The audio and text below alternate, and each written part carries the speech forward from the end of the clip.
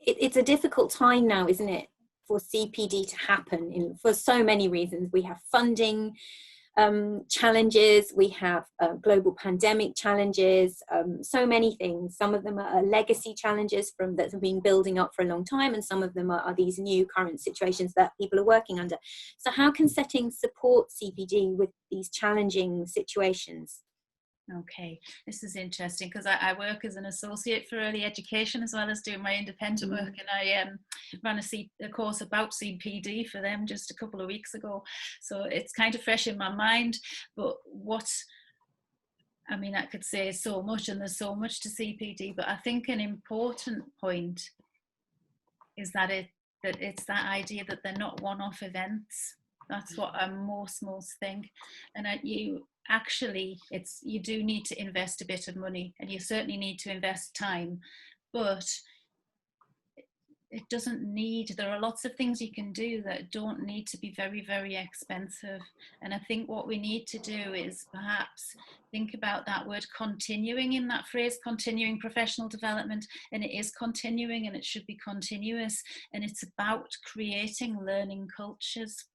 And sometimes that might be about a big event, or it might be, hearing a new idea at a conference.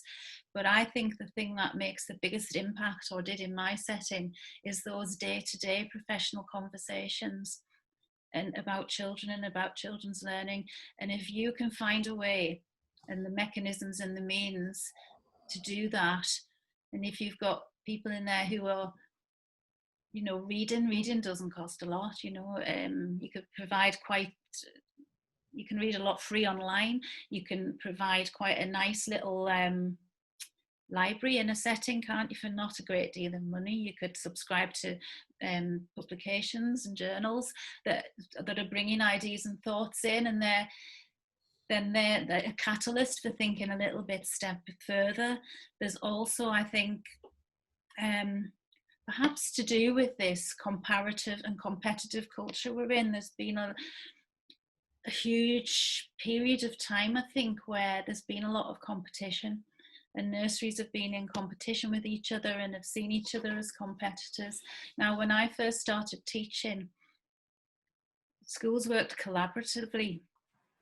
You shared ideas, you met together, and if you're lucky, that still happens. And if it doesn't, I've said to people, if it's not happening, get on and start it. Even on Zoom now, you could do it, meet with other people. But I think those things are part of that continued professional development, as well as the big events and the consultancy work and what have you. So I think that part of that is really about refocusing down on the everyday, on trying to establish learning cultures within a setting.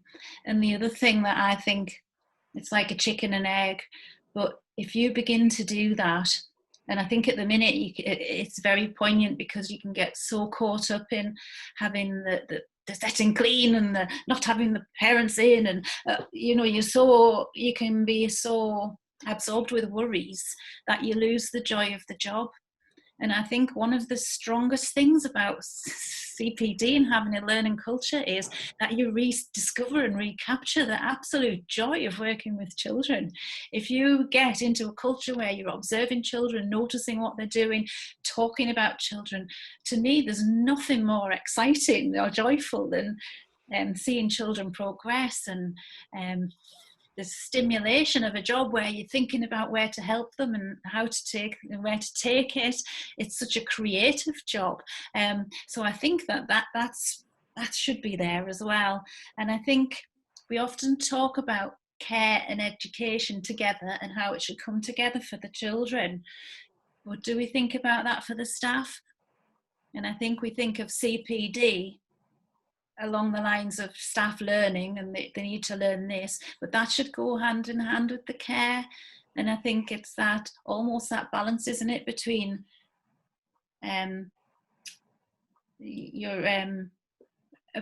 you have your performance management and things, but then you also have that bit that's about caring and making sure that staff are all right. And so it's having those two things running alongside each other. And if you are creating that learning culture, is it also a caring culture where people look out for each other?